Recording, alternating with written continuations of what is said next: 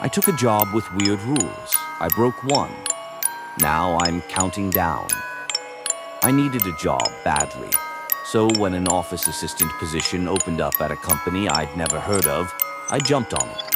The interview was weird. No talk of salary, benefits, or even job duties. Just a single sheet of paper slid across the desk with a list of 10 rules. Follow these exactly, the interviewer, a pale man in a gray suit, said. You'll do just fine. I should have walked out, but desperation makes you ignore red flags. Rules for employment way 1. Arrive at 8 a.m. sharp, no earlier, no later. 2.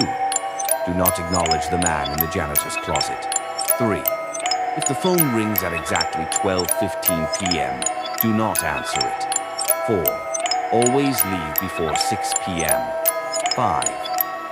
If you hear typing from the empty cubicle, ignore it. 6. The coffee in the break room is not for you. 7. Never take the elevator alone. 8. If you see your own reflection smile at you, look away immediately. 9. The emergency exit is for emergencies only. Real emergencies. 10. Never, under any circumstances, break a rule. I should have run, but the salary was listed at an obscene number, enough to dig me out of debt and start over. I signed the contract. For the first few days, nothing happened. I did mindless paperwork, ignored the janitor's closet, and pretended not to hear the occasional burst of typing from an empty desk. My coworkers were polite but distant. No one talked about the rules. No one asked questions. By the end of my first week, I was starting to feel safe. Maybe it was all a stupid hazing ritual, a test of obedience. Then I broke a rule. It was an accident. I stayed late one night, caught up in a mountain of files. When I finally glanced at the clock, it was 6:17 p.m. My stomach dropped, or the office was silent. Too silent. The kind of silence that presses in on your ears. I grabbed my bag and walked quickly to the exit, my footsteps suddenly too loud. I told myself it was fine. The building hadn't exploded. No alarms had gone off. Then I heard it. Click. A single keystroke in the darkness. Then another and another. A steady rhythm of typing coming from the empty cubicle across the room. My skin prickled. The typing stopped. I held my breath. Something shifted in the darkness. A chair creaked. Then the whisper. 6. A cold breath of air brushed against my ear, though no one was there. I ran. The next morning, the rule sheet on my desk had changed.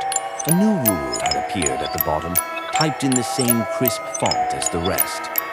11. You have 6 days. I asked my co-workers about it. They wouldn't meet my eyes. One finally muttered, "Don't break any more rules." I did everything perfectly that day. I arrived at exactly 8 a.m. I ignored the janitor's closet, the phantom typing, the too warm coffee. But at 12:15 p.m., the phone on my desk rang. I stared at it. I wasn't supposed to answer, but now I had 6 days to... what? To live? To work here? I needed answers. I picked up. Static hissed on the other end. Then a voice, warped and distant. 5. Click. The rules are changing. Each morning my countdown updates. 4 days. 3. I've been careful. I follow every rule. But last night, as I left the office at exactly 5:59 p.m., I caught my reflection in the glass doors. It smiled. I looked away immediately, heart hammering. But in that brief moment, I saw something move behind me in the reflection. Something tall.